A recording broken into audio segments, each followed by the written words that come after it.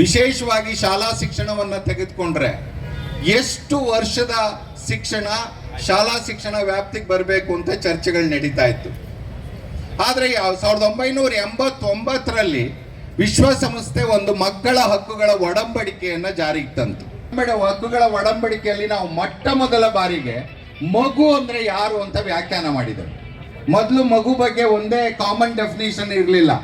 6 ವರ್ಷ, 7 ವರ್ಷ, 14 ವರ್ಷ, ಒಂದೊಂದಕ್ಕೊಂದೊಂದು ವರ್ಷ. ಆದ್ರೆ ಈಗ ಒಂದು ಕಾಮನ್ ಡೆಫಿನೇಷನ್ ಏನು, 18 ವರ್ಷದ ಒಳಗಿನ ವ್ಯಕ್ತಿಗಳೆಲ್ಲರೂ ಮಕ್ಕಳೇ. They constitute around 30% of the total population. So ಅವರ ಬಗ್ಗೆ ಮಾತಾಡುವಾಗ ಒಂದು ಚರ್ಚೆ ಬರ್ತಾ ಇರೋದೇನೆಂದ್ರೆ, ಹುಟ್ಟಿನಿಂದ 18 ವರ್ಷದವರೆಗೆ ಆರೈಕೆ. ಕರ್ನಾಟಕ ರಾಜ್ಯ ಪದವಿ ಪೂರ್ವ ಕಾಲೇಜುಗಳ ಉಪನ್ಯಾಸಕರ ಸಂಘ ಹಾಗೂ ಕರ್ನಾಟಕ ರಾಜ್ಯ ಪದವಿ ಪೂರ್ವ ಕಾಲೇಜುಗಳ ಪ್ರಾಂಶುಪಾಲರ ಸಂಘ ಹಾಗೂ ಅನುದಾನಿತ ಪದವಿ ಪೂರ್ವ ಕಾಲೇಜುಗಳ ನೌಕರರ ಸಂಘದ ಒಂದು ಜಂಟಿ ಸಂಯೋಜನೆಯೊಂದಿಗೆ ಒಂದು ಸಂಯುಕ್ತಾಶ್ರಯದಲ್ಲಿ ಇವತ್ತು ಫ್ರೀಡಂ ಪಾರ್ಕ್ನಲ್ಲಿ ಇವತ್ತು ನಾವು ಪ್ರತಿಭಟನೆ ಹಮ್ಮಿಕೊಂಡಿದ್ದೇವೆ.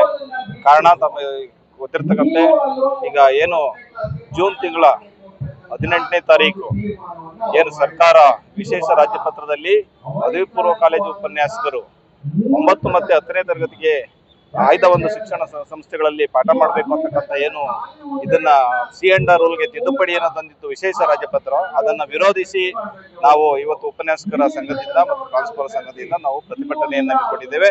ಆ ವಿಶೇಷ ರಾಜ್ಯಪತ್ರವನ್ನು ಹಿಂಪಡೆಯಬೇಕು. ಸೊ ಈ ಪದವಿ ಪೂರ್ವ ಕಾಲೇಜಿಗೆ ಉಪನ್ಯಾಸಕರು ಏನು ನೇಮಕ ಆಗಿದ್ದಾರೆ, ಅವರು PU ಕಾಲೇಜಿಗೆ ಉಪನ್ಯಾಸಕರಾಗಿ ನೇಮಕ ಆಗಿದ್ದಾರೆ. ಯಾವುದೇ ಕಾರಣಕ್ಕೂ 9 ಮತ್ತು 10ನೇ ತಾರೀಕಿಗಂತ ತರಗತಿಗಳಿಗೆ ಅವರು ಪಾಠ ಮಾಡೋದಕ್ಕೆ ನಾವು ರೆಡಿ ಇಲ್ಲ.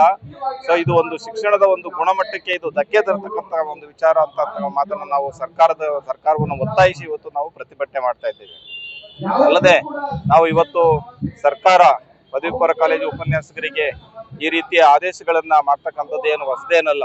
ಇದಕ್ಕಿಂತ ಮುಂಚೆ ಜಿಲ್ಲಾ ಪಂಚಾಯತ್ ವ್ಯಾಪ್ತಿಗೆ ಪದವಿ ಪೂರ್ವ ಕಾಲೇಜುಗಳನ್ನ ತರಬೇಕು ಅಂತಕ್ಕಂಥ ಒಂದು ಇದನ್ನ ಹುನ್ನಾರವನ್ನ ಸರ್ಕಾರ ನಡೆಸಿತ್ತು. ಆ ಸಂದರ್ಭದಲ್ಲೂ ನಾವು ಕಳೆದ ವರ್ಷ ನಾವು ಫ್ರೀಡಂ ಪಾರ್ಕ್ ನಲ್ಲಿ ಹೋರಾಟ ಮಾಡಿದ್ದು. ಸೊ ಸರ್ಕಾರ ಅದನ್ನ ಅಲ್ಲಿಗೆ ನಿಲ್ಲಿಸ್ತು. ಸೊ ಹೀಗೆ ಪದವಿ ಪೂರ್ವ ಕಾಲೇಜಿನ ಉಪನ್ಯಾಸಕರ ಮೇಲೆ ಒಂದಲ್ಲೊಂದು ಕಾರಣವನ್ನ ಇಟ್ಕೊಂಡು ಹೈಸ್ಕೂಲ್ಗೆ ಪಾಠ ಮಾಡಬೇಕು ಅಂತಕ್ಕಂಥ ಒಂದು ಏನು ಶಿಕ್ಷಣ ಪದವಿ ಪೂರ್ವ ಇಲಾಖೆಯನ್ನೇ ನಾಶಪಡಿಸಬೇಕು ಅಂತಕ್ಕಂಥ ಏನು ಒಂದು ನಡೆಸ್ತಾ ಇದೆ ಈ ಪ್ರಯತ್ನ. ಆ ಪ್ರಯತ್ನಕ್ಕೆ ನಾವು ಉಪನ್ಯಾಸಕರ ಸಂಘದ ವಿರೋಧ ಇದೆ. ಸೊ ನಾವು ಖಂಡಿತವಾಗಿ ಸರ್ಕಾರ ಈ ಕೂಡಲೇ ಆ ಒಂದು ಏನು ತಿದ್ದುಪಡಿ C&R ರೂಲ್ಗೆ ತಿದ್ದುಪಡಿ ತರ್ತಾ ಇತ್ತು, ಅದನ್ನ ಕೂಡಲೇ ಹಿಂಪಡೆಯಬೇಕು. ಈಗಾಗಲೇ ನಾವು ಎಲ್ಲಾ ರಾಜ್ಯದ ಉಪನ್ಯಾಸಕರು ಪ್ರಾಂಶುಪಾಲರು ಸುಮಾರು ಹೆಚ್ಚಿನ ಸಂಖ್ಯೆಯಲ್ಲಿ ಅದಕ್ಕೆ ಆಕ್ಷೇಪಣೆಯನ್ನು ಸಲ್ಲಿಸಿದ್ದೇವೆ. ಅದರ ಜೊತೆಗೆ ನಮ್ಮ ಶಿಕ್ಷಣ ಕ್ಷೇತ್ರದ ಪ್ರತಿನಿಧಿಗಳು ಸುಮಾರು 7+7 ಪದವೀಧರ ಮತ್ತು ಶಿಕ್ಷಕರ ಕ್ಷೇತ್ರ ಪ್ರತಿನಿಧಿಗಳು 14 ಜನರು ಸಹ ಅದಕ್ಕೂ ಆಕ್ಷೇಪಣೆ ಸಲ್ಲಿಸಿದ್ದಾರೆ. ಈ ಒಂದು ಹೋರಾಟವನ್ನು ನಾವು ಈ ಮಟ್ಟದಲ್ಲಿ ಮಾಡ್ತಾ ಇದ್ದೇವೆ.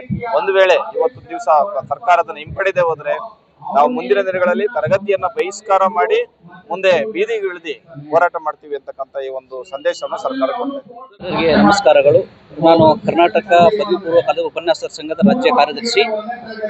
ಇವತ್ತು ಸ್ವಾತಂತ್ರ್ಯ ಉದ್ಯಾನವನದಲ್ಲಿ ಹೋರಾಟ ಮಾಡ್ತಕ್ಕಂಥ ಉದ್ದೇಶ ಇಷ್ಟೇ. ಸರ್ಕಾರ 18ನೇ ತಾರೀಕಿಗೆ ಏಕಾಏಕಿ ಪದವಿ ಪೂರ್ವ ಕಾಲೇಜುಗಳ ಉಪನ್ಯಾಸಕರು 9 ಮತ್ತು 10ನೇ ತರಗತಿಗೆ ಪಾಠವನ್ನು ಬೋಧನೆ ಮಾಡಬೇಕು ಅನ್ನುವಂಥ ಒಂದು ವಿಶೇಷ ಕರಡು ಪತ್ರವನ್ನು ಹೊರಡಿಸಿದರು.